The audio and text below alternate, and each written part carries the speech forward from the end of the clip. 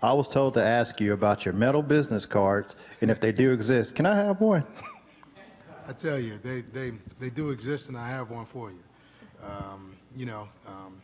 My DFO, Jason Grooms, and my administrative assistant, Ms. Charlotte Siegel, they talked to me about, creating a business card. And at first, I was a little reluctant, but, they actually talked me into it. And you know what, from an idea standpoint, and I really have two business cards. I have metal business cards and I have plain business cards.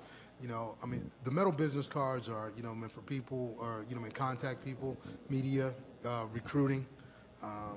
And I think, it leaves an impression, and that's why we actually created the card. At the end of the day, when you're trying to brand yourself, you're looking to find something that, separates you, from your competitors.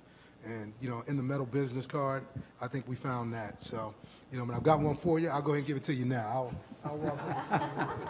You asked, so I'll give it to you. There you go. Thank you.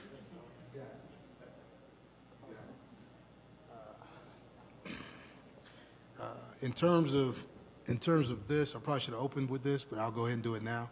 I'm thankful to be here. Obviously, in Vanderbilt, is a place, that I covet. Wanted the opportunity. I feel blessed to have the opportunity to step on this campus and lead this program. I think it's full of young men who have a chance to find success very early, and I'm coming off the heels of James Franklin.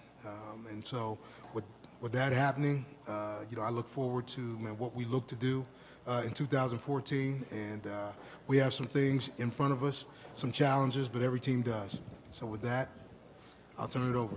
Coach, over here on the left. Young men, that might have been the key. I mean, you're facing a lot of things here, and welcome to the SEC. You've got the second fewest number of returning starters. You're changing out a new quarterback. You're switching schemes on defense to a 3-4. And when you look at the primary focus heading into the first summer, what's the primary focus for you at Vanderbilt? Well, foundation. And that really started with the spring. And we had to lay foundation. Who we are, on both sides of the ball. Offensive, defensive philosophy, special team schemes. And so, keeping Coach Bankins, who was our special team coordinator, our special teams was top 25. So, that's one thing you keep in place. Offensively and defensively, I think, we struggled versus the run a year ago. And in order to find success at any level, you have to be able to stop the run consistently. So the move to the 3-4 is an idea behind is really the full idea. The full idea behind it is to give us an opportunity to be multiple. Okay, physical enough to stop the run, and really flexible enough to create pressure in pass situations.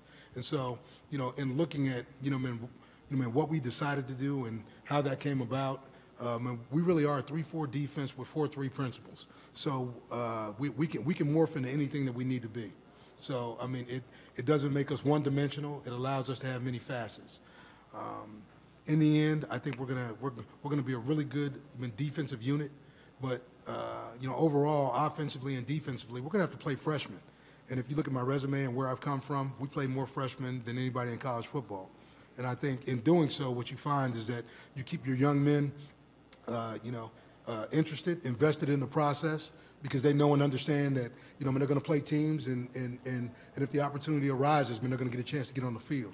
And with that, really comes a lot of discipline. So I believe in that. Out of our 22 guys, we'll probably have 17 freshmen play. I know it's a big statement, but that's just the way it is. With the advent of spread teams and the number of plays that are being pushed out there, you have to find a way to be different. You have to find a way to actually create depth. And, in playing your freshmen, you only have 85 scholarship players. So you better find who can step on the field and play for you.